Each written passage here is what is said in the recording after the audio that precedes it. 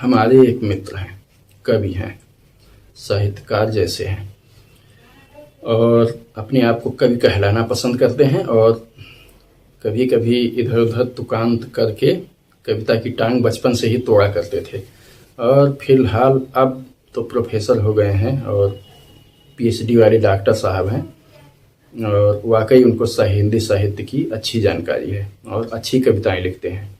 कुछ कविताएं तुकांत होती हैं जिनको पढ़ने में अच्छा लगता है, मज़ा आता है।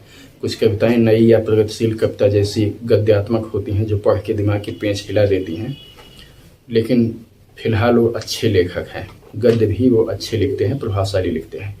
तो मैं जब भी उनको मिलता था, बात होती थी, वो कुछ साहित्य वाली बात करते थे, अपने आप को कवि के रूप में प्रस्तुत करने का प्रयास करते थे बातचीत में, तो मैं उनको हे कपिवर कहता था मजाक के रूप में।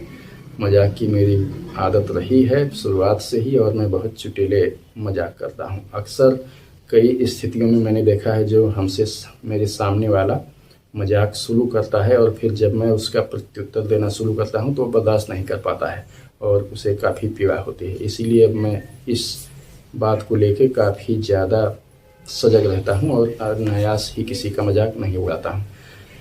लेकिन अब वो थे हमारे लंगोटिया मित्र, कह सकते हैं बहुत घनिष्ठ मित्र हैं और जब भी मिलते थे तो मैं उनको कपिवर कहता था। अभी भी उस घटना को याद रखते हुए इंटरनेट पे इधर उधर उनकी रचनाएं पढ़ने को मिलती हैं तो मैं नीचे हे कपिवर लिखता हूँ सम्मान के तौर पर। अब हर जगह पे वो कपिवर वाला शब्द तो हमारा भाई व्यक्तिगत है और व्यक्तिगत उपयोग के लिए ही है, मिलने पे एक दूसरे का के साथ मजाक या फिर हल्के फुल्के मजाक के लिए सार्वजनिक तौर पर उल्लेख करना उचित नहीं रहता, लेकिन वो फिर भी उसके नीचे लिख देते हैं कि कपिवर कहिए, वो कहलाना चाहते हैं कपिवर वाली बात।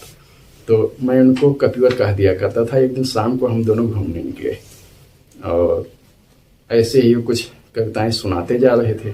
मैंने अपने उन कवि मित्र से कहा, हे मनुष्य, इस शाम के समय अब कहाँ चलने का इरादा है? तो उन्होंने कहा, कुछ सांध्यकालीन भ्रमण कर लिया जाए और ऐसे ही कुछ रचनाएं भी आपको सुनाऊंगा। तो मैंने कहा, इस समय मेरा हाजमा ठीक नहीं है और शायद ही आपकी इन रचनाओं को बर्दाश्त कर सकूं। चलिए किसी तीसरे प्राणी को ढूंढते हैं। और हम दोनों चहलकदमी करते हुए थोड़ा आगे निकलने लगे तो पास में ही किसी शाम के धुंधलके में थोड़ी दूरी पर किसी आकृति को चलते हुए देखा। हमने कहा, हे मनुष्य, तुम कौन हो और किधर जा रहे हो? अब वह आकृति ठिठकी और हम दोनों की तरफ मुड़ी और जब थोड़ी करीब आने लगी तो पता चला वह तो कमबख्त पुलिस वाला है। अब हम दोनों ठिठक गए। हमने कहा, कहाँ इस बला को बुला लिया?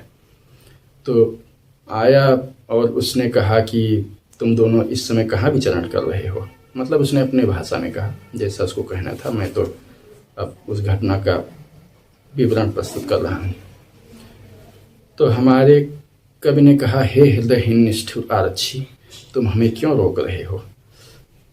मैंने कहा कि यार कहाँ ये रोक रहा है, ये तो बस हमने पुकारा है, तो केवल अब ये हमसे पूछ रहे हैं कि तुम लोग इस समय कहाँ जा रहे हो। उन्होंने फिर हमारे मित्र ने जवाब दिया, हम दोनों शाम के समय यहाँ पे टहलने के लिए और कुछ ऐसे ही हवा पानी खाने के लिए निकले हैं।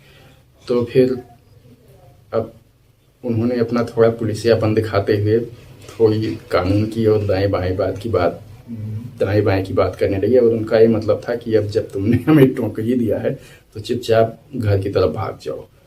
अब हमारे कपिवर मित्र काफ़ी आहत महसूस करने लगे और मुझे भी थोड़ा होने लगा, लेकिन हमने कहा, कम वक्त बुलाया तो हमने ही है, चुपचाप भाग लेने में ही भलाई है।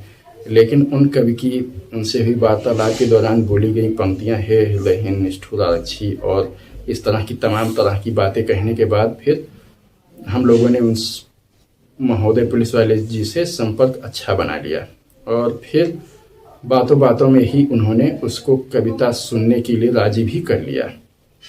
और फिर जो घनघोर बरसात उन्होंने की कविताओं की उसके ऊपर, उससे तो मैं तक हिल गया। उसकी तो हालत पूछना ही बेकार है। वह ऐसे फिर बातचीत को ख़त्म करके, मतलब कविता सुन के मैं बड़ा प्रभावित हुआ, बड़ा प्रसन्न हुआ। इस सब तरह की बातें करके बातचीत को समाप्त करके तेज़ी से अपने वाहन पर बैठ के भगा वहाँ से कि दोबारा मुड़ के नहीं देखा। और फिर उसके बाद से जब भी हम दोनों को कभी मुलाकात हो जाती थी बाजार में या किसी और जगह पे, तो देख के दूर से ही भाग खड़ा होता था। मतलब हमने कहा यार तुम बहुत भयंकर हथियार तुम्हारा है ये, इस पे चला दो जिस पे। उस दिन तो हमारी हालत ख़राब हो गई थी, हालांकि मैं बगल में ही खड़ा होकर सुन रहा था, और तुमने ऐसे अपने काव्य बाणों का उस पर संधान किया कि बेचारा तो एकदम धराशायी ही हो गया। उसका शायद आज तक हाजमा खराब हो गया है, उसके कौन कौन से पेंच ढीले हुए होंगे भगवान ही मालिक है। तब से देख के तुमको भाग जाता है, उसकी रूह कांपती है। खैर यह तो मनोविनोद की बात थी, हास्य परिहास की बात थी। हम लोग ऐसी बातों को लेकर आपस में मजा लिया करते थे।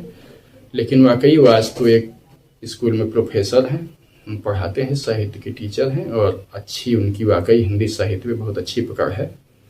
और उन्होंने 1-2 किताबें भी पब्लिश कर रखी हैं।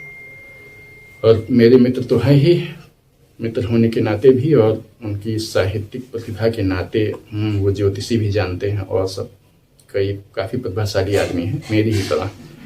तो मैं उनका वाकई बहुत सम्मान करता हूँ।